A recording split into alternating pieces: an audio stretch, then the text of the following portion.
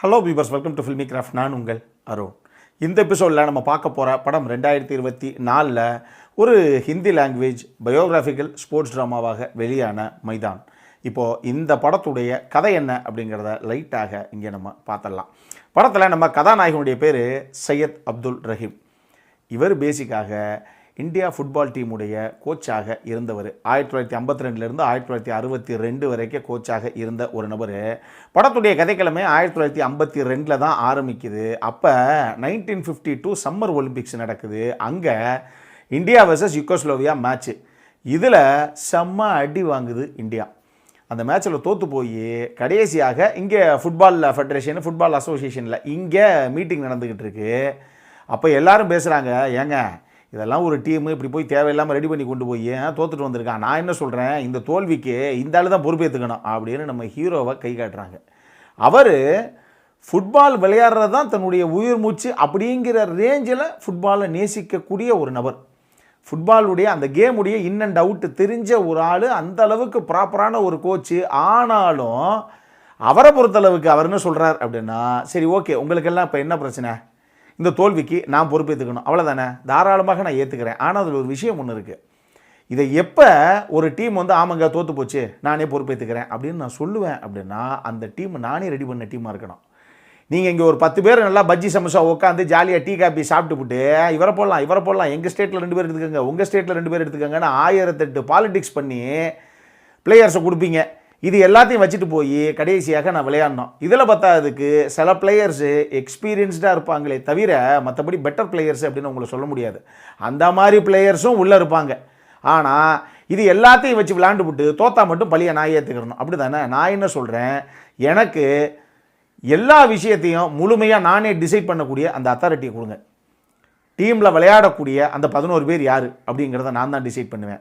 16 பேர் டீம், அந்த பிளேயிங் 16 20 கூட்டு போகிறோம்ல, இது எல்லாத்தையும் நான் தான் டிசைட் பண்ணுவேன். டீமே ஃப்ரெஷ்ஷாக புதுசாக ஒரு டீம் நானே கம்ப்ளீட்டாக எடுக்கிறேன்.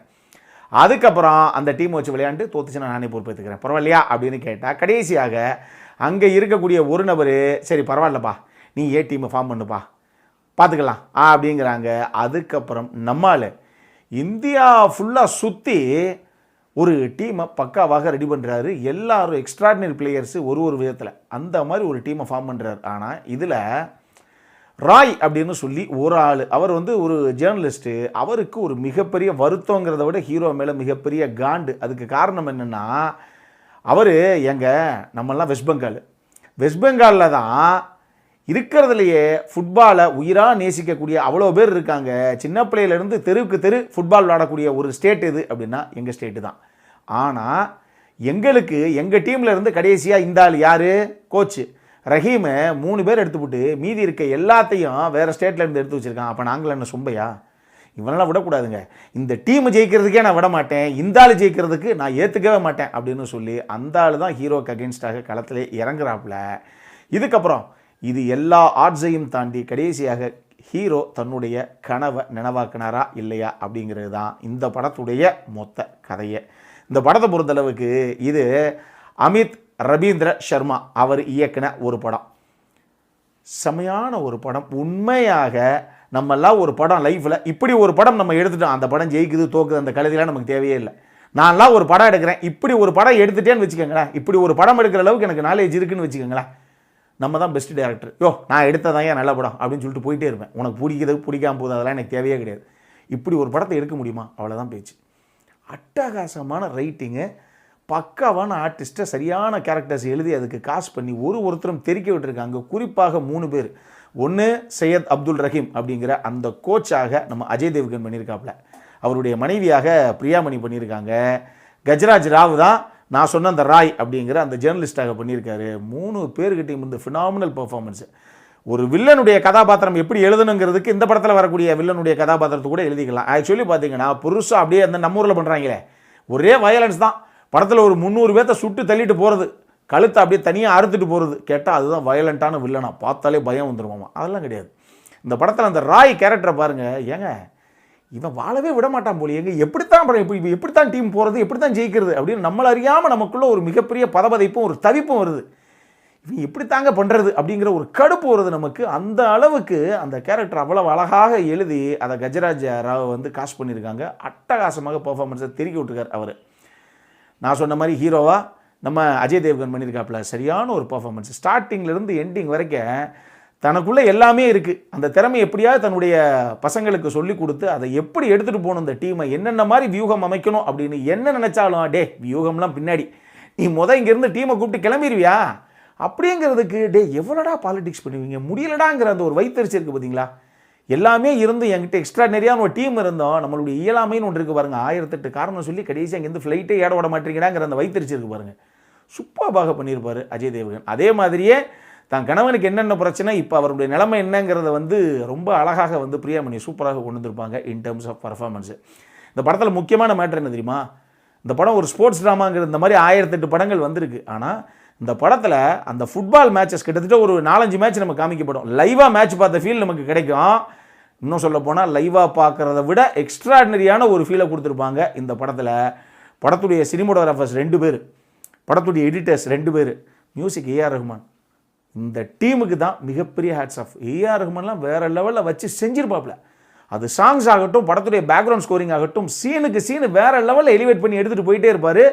அதுவும் குறிப்பாக இந்த மாதிரி ஒரு தருணத்திலிருந்து இந்தியா மீண்டு வந்து அடுத்து எப்படி கோலை போட போகுது, எப்படி இந்த நாட்டை ஜெயிக்க போகிறாங்க, இவங்களை ஜெயிக்கவே முடியாதாமே அப்படின்னு சில கண்ட்ரியோட ப்ளே பண்ணக்கூடிய அந்த மேட்சஸ் எல்லாம் அந்த அளவுக்கு கூஸ் பம்பாக எடுத்துகிட்டு வந்திருப்பாங்க. ரஹ்மானுடைய மியூசிக் மிகப்பெரிய பலமாக இருக்கும். இன்னொரு முக்கியமான மேட்ரு, நான் சொன்ன மாதிரி சினிமோட்டோகிராஃபர்ஸு படம் ஃபுல்லாக ஷூட் பண்ணது ஒரு சினிமோட்டோகிராஃபர்னா இந்த மேட்ச் ரிலேட்டட் சீன்ஸை மட்டும் ஒரு சினிமோட்டோகிராஃபர் பண்ணியிருக்காரு. அதே தான் எடிட்டர்ஸுக்கும். படம் ஃபுல்லாக எடிட் பண்ணது ஒரு ஆள் அப்படின்னா குறிப்பிட்ட இந்த ஃபுட்பால் மேட்சை மட்டும் எடிட் பண்ணது ஒரு ஆள். இதில் என்ன மேட்ரு அப்படின்னா, திருப்பியும் சொல்கிறேன், நீங்கள் எடிட்டராக இருந்தீங்கன்னா நான் சொன்ன ஸ்டேட்மெண்ட்டை கண்டிப்பாக நீங்கள் ஒத்துப்பீங்க. ஒரு படத்தை கட் பண்ணுறதுங்கிறது வேறு விஷயம். சீன்ஸாக கன்சீவ் பண்ணதை நம்ம மொத்தமாக கட் பண்ணுறதுங்கிறது ஒரு வகையான கஷ்டம், அதை கூட பண்ணிடலாம். ஆக்ஷன் சீக்வன்ஸ், அதுவும் லென்த்தியான ஆக்ஷன் சீக்வன்ஸை கட் பண்ணுறது அப்படிங்கிறது ரொம்ப பக்காவாக பார்த்து கட் பண்ணணும். கொஞ்சம் ஒரு ஜம்ப் கட் ஆயிடுச்சுன்னா கூட என்னங்க எங்கேயோ அடிக்கிறேன் எங்கேயோ போய் நிற்கிறேன், என்னங்க கட் பண்ணி வச்சுருக்காங்க அப்படிங்கிற மாதிரி ஆகிடும் ஆக்ஷன் சீக்வன்ஸை கட் பண்ணுறது. அதை விட ரொம்ப கஷ்டம். இந்த மாதிரி ஒரு மேட்சே 25 நிமிஷம் நடக்குது, 20 நிமிஷம் நடக்கிற ஒரு மேட்சை நமக்கு சீன்ஸாக இவங்க கன்வெர்ட் பண்ணியிருக்காங்கங்கும் போது இதில் எந்த பிளேயர் எங்கேருந்து பாலை பாஸ் பண்ணுறாருங்கிற அந்த பாஸ் ஓவர் வரைக்கும் எல்லாத்தையும் கம்ப்ளீட்டாக எடிட்டிங்கில் உட்கார வைக்கிறது அப்படிங்கிறது ரொம்ப கஷ்டம். குறிப்பாக சவுத் கொரியாவுடைய ஃபைனல்ஸில் ஒரு மேட்ச் ஒன்று வரும் பாருங்கள், வேறு லெவலில் கட் பண்ணியிருப்பாங்க, அட்டகாசமாக உட்கார வச்சுருக்காங்க. இதில் தான் நம்மளை பிரமிக்க வச்சுட்டாங்க. எப்படிங்க லைவாக பார்க்குற அளவுக்கு இப்படி ஒரு மேட்ச்சை இவ்வளோ கூஸ் பம்பாக எடுத்துகிட்டு வந்தாங்க, ஒரு மேட்சை செய்யும் அப்படிங்கிற ஃபீலை கொடுத்துருக்காங்க. டெக்னிக்கலி செம சவுண்டான ஒரு படம் இது. ஆனால் இந்த படம் பாக்ஸ் ஆஃபீஸ் பாம் அப்படி தான் ஆகிப்போச்சு சம்பவம். அட்டகாசமான ஒரு படம், என்னை நம்பி நீங்கள் தாராளமாக பார்க்கலாம். அப்படி ஒரு படம் இது. இதை தாண்டி இந்த படத்தில் 1-2 டைலாக்ஸ் வேறு லெவலில் அவங்க பண்ணியிருந்தாங்க. நம்ம கதாநாயகன் அந்த ராய் கதாபாத்திரத்தில் ஒரு சீன்ட்டை சொல்லுவார். ஆக்சுவலி அந்த வசனத்துக்கு அப்புறம் தான் 2 பேருக்கு பயங்கரமாக முட்டிக்கிறோம். அந்த ராய்க்கு ஹீரோ மேலே மிகப்பெரிய கடுப்பு அங்கே தான் ஆரம்பிக்கும். நம்ம ஹீரோ சொல்லுவார், don't criticise when you don't understand அப்படின்னு சொல்லி ஒரு டைலாக். அந்த டைலாக்குடைய கான்சிக்வன்சஸை பாருங்கள் என்னென்ன நடக்கும்னு. செம்மையான ஒரு வசனம். படம் நெடுகளும் இந்த மாதிரி கூஸ் பம்பான பல சம்பவங்கள் உள்ள இருக்குது. இந்த படமே ஒரு உண்மை சம்பவத்தை அடிப்படையாக கொண்டு எடுக்கப்பட்ட ஒரு படம் தான். இவர் தான் ரியல் லைஃப் சையத் அப்துல் ரஹீம். இவர் தான் 1952 62 வரைக்கும் இந்தியா ஃபுட்பால் டீமை கோச் பண்ணி கடைசியாக ஏஷியன் கேம்ஸில் 1962 India football team gold medal அடிக்கிறதுக்கு காரணகர்த்தாவாக இருந்த அந்த ஒரே நபர். நல்லா பார்த்துக்கோங்க, இப்போ அந்த தடவை இந்தியா ஃபுட்பால் டீம் ஜெயிச்சதுக்கப்புறம் 64 வருஷம் ஆகுது. இப்போ வரைக்கும் ஒலிம்பிக்கில் இந்தியா ஃபுட்பால் டீமு குவாலிஃபை கூட ஆனது கிடையாதான். அப்போ எந்த அளவுக்கு இவர் அந்த டைமில் கோச் பண்ணியிருப்பாருன்னு மட்டும் பாருங்கள். இந்த படம் எனக்கு ரொம்ப பிடிச்சி க்ளோஸ் டு ஹார்ட்டாக உட்காந்ததுக்கு முக்கியமான காரணம் என்ன அப்படின்னா, நம்மளுடைய இந்த உடம்பை பார்த்து இப்போ எவனை நம்ப மாட்டேன், வயசாகி போச்சு இல்லையா. நம்ம ஸ்கூல் படிக்கும்போது காலேஜஸ் படிக்கும் போதெல்லாம் ட்ராக் ஈவெண்ட்ஸில் உள்ளே இருந்த ஒரு ஆள் 100, 200, 4x100 மீட்டர் ரிலே எல்லாத்துலேயும் டிஸ்ட்ரிக்ட் லெவல், ஜோனல் லெவல் போய் மெடல் அடித்த ஒரு குரூப் நம்ம. ஸோ அப்படி அத்லட்டாக இருந்த ஒரு ஆள் நான். அதே நேரத்தில் அந்த ஃபாஸ்ட்டான ஒரு ரன்னராக இருக்கேங்கிறனாலேயே எங்கள் ஸ்கூல் ஃபுட்பால் டீமுக்குள்ளே இருந்து அதுவே டிவிஷனல் வரைக்கும் கிட்டத்தட்ட நாங்கள் எங்கள் டீம் உள்ளே போச்சு. அதனால் நமக்கு இந்த ட்ராக் ஈவெண்ட்ஸு, இந்த ரன்னிங்கு, இந்த ஃபுட்பாலு, இது எல்லாமே நம்ம உள்ளே இருந்து பல வருஷங்கள் விளையாண்ட ஒரு விஷயம் அப்படிங்கிறனால இதனுடைய ரூல்ஸ் எல்லாமே நமக்கு கிளியராக தெரியும். அதனாலேயே பயங்கர கனெக்டை கொடுத்த ஒரு படம் இது. ஸோ டெஃபினட்டாக உங்களையும் இந்த படம் பெரிய லெவலில் கவர்றதுக்கு வாய்ப்பு இருக்குது. தயவு செஞ்சு இந்த படம் ஓடிச்சா ஓடலையா அப்படிங்கிறதெல்லாம் பார்க்காதீங்க. டெஃபினட்டாக நீங்கள் பார்க்க வேண்டிய ஒரு படம். இந்த படம் தமிழ் டப்பிங்கில் எப்படா வரும்னு தான் நான் வெயிட் பண்ணிகிட்டு இருந்தேன். இப்போ வரைக்கும் விட மாட்டேங்கிறாங்க. என்னத்த சொல்ல, அடல்காரன் இந்த படத்தில் எதுவுமே கிடையாது. தாராளமாக ஃபேமிலியோடு உட்காந்து பார்க்கக்கூடிய ஒரு படம் இது. தமிழ் டப்பிங்லாம் அந்த படம் வந்துருச்சு அப்படின்னா இன்னுமே செம்மையாக இருக்கும் இந்த படம். நம்மூர் ரசிகர்களும் மிகப்பெரிய அளவில் என்ஜாய் பண்ணுவாங்க அப்படின்னு தான் நான் சொல்லுவேன். பார்க்கணும் அப்படிங்கிறவங்க சட்டுப்புட்டுன்னு கண்டிப்பாக பாருங்கள்.